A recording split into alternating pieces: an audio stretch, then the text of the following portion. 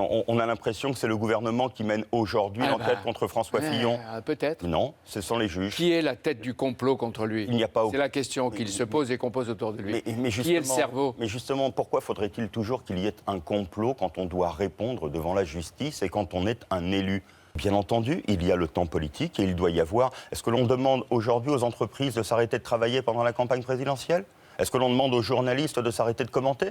Non, au prétexte qu'ils ne devraient pas influer sur la campagne présidentielle. Mais avec l'influence que vous avez, Jean-Pierre Elkabbach, vous êtes capable de faire ou de défaire un candidat à la présidentielle. Est-ce qu'on vous demande d'arrêter? Non. C'est vous qui avez les pensées, les arrière-pensées. Non, je n'ai ni arrière-pensée.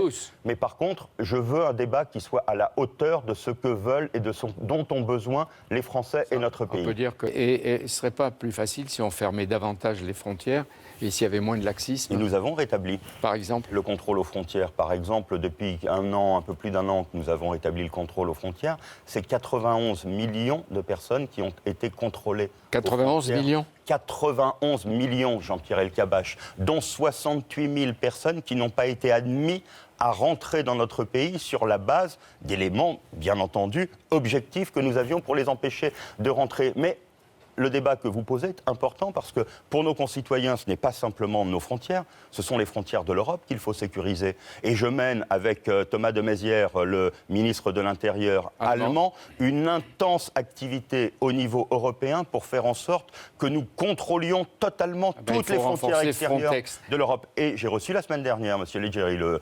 directeur général de Frontex, justement pour voir comment la France... Et pourtant ça passe, surtout qu'il y a des gens qui vont revenir de Mossoul, de Raqqa bientôt, oui, et puis il y a les réfugiés en Turquie, au Liban. Il y a peut-être des risques de retour de djihadistes en France. Alors, on ne peut pas d'une formule dire ça passe toujours. Ça passe de moins en moins. Et cela passera encore moins. Et cela passera encore moins quand nous aurons ce que nous demandons avec Thomas de Maizière, c'est-à-dire un enregistrement systématique de toutes les personnes qui passent aux frontières extérieures de l'Europe. C'est normal.